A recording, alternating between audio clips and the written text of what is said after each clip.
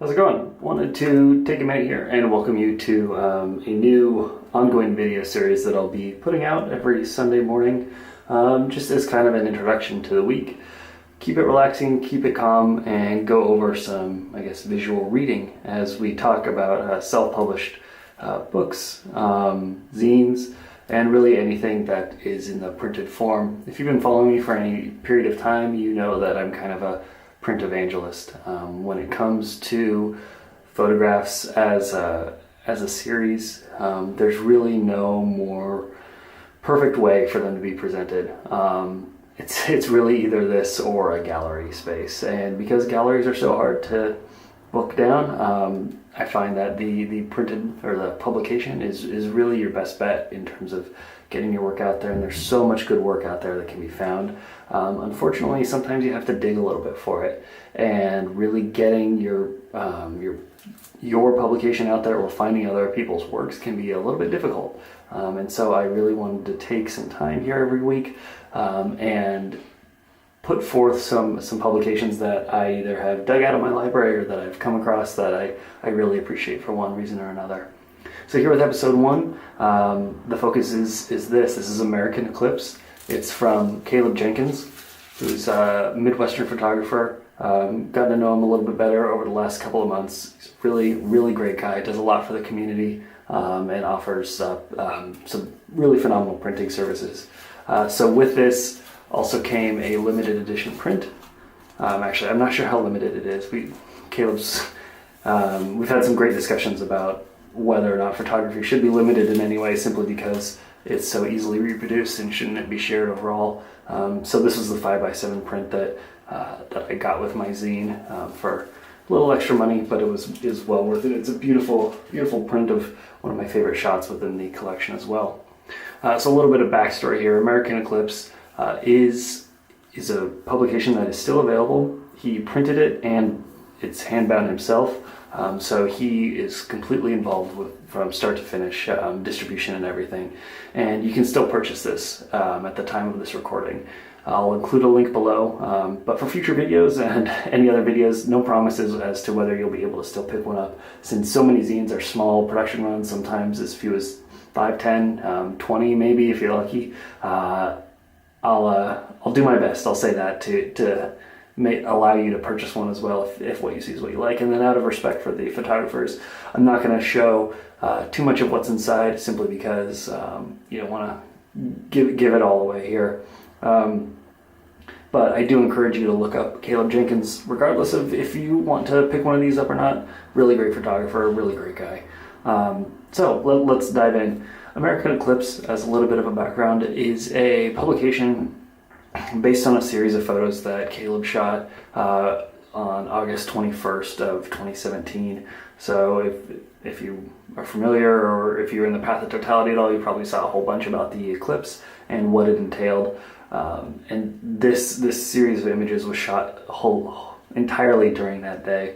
And I really appreciate the thought that goes into creating a series of work catered to one specific event, especially one that's so small in terms of how long it lasted. Day itself is really tight. Actually, really quick before I get into it, one of my favorite works from Stephen Shore is called Winslow, Arizona, which he shot in a period of 24 hours in a single town. It's a really great collection of images. If you won't have some time or have some money, I recommend picking up the book, and if you just have the time, then I recommend looking it up online. But American Eclipse, here it is. The zine itself is rather thick, and I'll go over some of the details here, but overall for the series, I want to keep it focused on the photos and the series itself. I won't get into real print quality or anything like that unless it's a chosen aspect of the publication. So again, it's probably about 5x7 here in terms of size. So a little bit bigger than, or a little bit different dimensions than most zines, which a lot of them, myself included, use the half sheet, which is 8.5 by 5.5. I actually find this to be a nicer size. It works better for both portrait and landscape, but I digress. So opening it up, you have a little bit of an introduction here, just kind of talking about the series as a whole and his involvement in it. And then the images themselves are really, really quite stunning. Let me try and get the glare off of it here. With the limitations that go into producing a body of work like this, they really empowered the images as a whole. So not only was he limited by time, but as a byproduct of that limitation, you're limited to a single area as well. So as much, kind of as you can do while walking, you're not going to capture multiple cities or multiple states and these really widely varied communities. It's all going to have a very strict focus and more serious intent on what will be presented. So a couple of the images here, front lawns from people.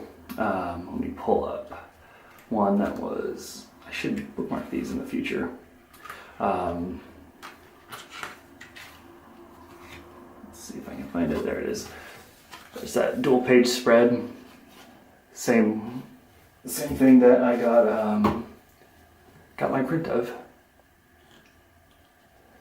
And so if you are interested in print quality, I guess here's a quick tangent. You can see that the effort that goes into the individual print when compared to the publication, it's both very, very good, very, very similar in terms of quality and color reproduction.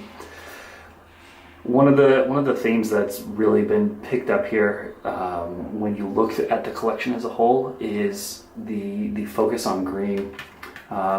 It's something that I've been exploring a lot myself. Green as it relates to the natural world and our interaction with it in both of these dual page spreads that you can see here.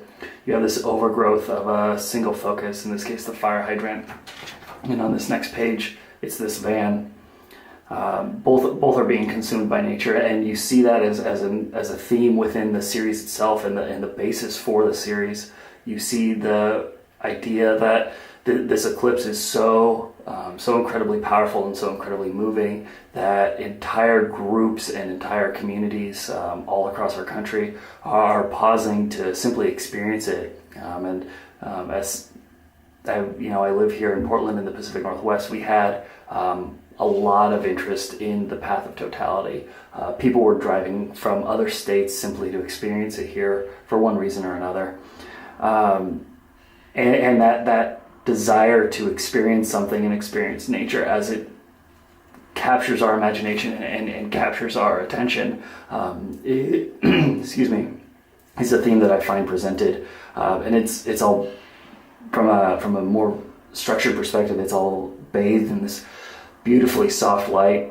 You can see these striking shadows that cut across the frame horizontally, very parallel to this road, in fact, right along here, and then contrasted with some very strong vertical lines. I love everything about this photo, and this is why it was the one I chose. And really, though, it's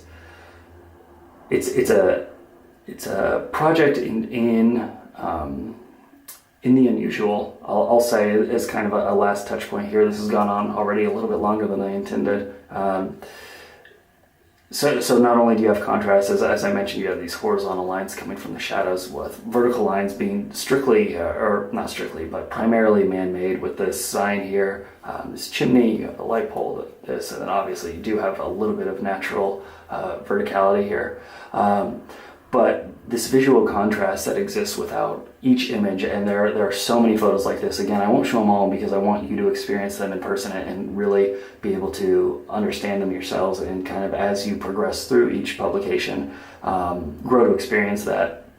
But then you have a visual contrast as well within so many of the colors, so many of the images. There's such a key focal point. So the matching lighter tonalities here of the license plate and the washed out American flag, that ability to say so many things about our country. I know America is, and as a title and as a proper noun, is used in a lot of publications. And so having it here in American Eclipse, you have the American flag on the front. A lot of that is simply a byproduct of how much we focus on it as a country. And so within this scene, it visually represented here as this almost diagonal, I guess it reaches across into the canopy of this truck here.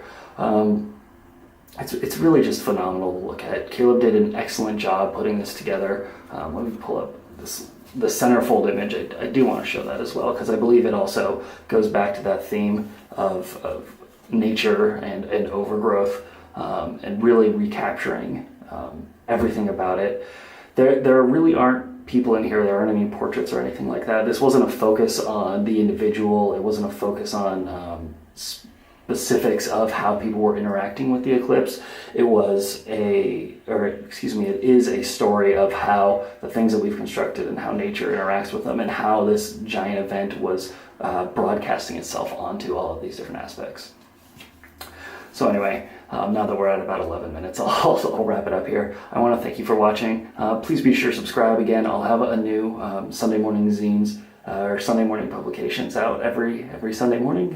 Some things that you can watch, and hopefully maybe drink some coffee and get some thoughts of your own, and it'll perk you up for the weekend. Please be sure to follow me on social media. My links are below. Again, I'll include a link to Caleb's website and a link to purchase this as well. Highly recommend you pick it up. Thanks for watching.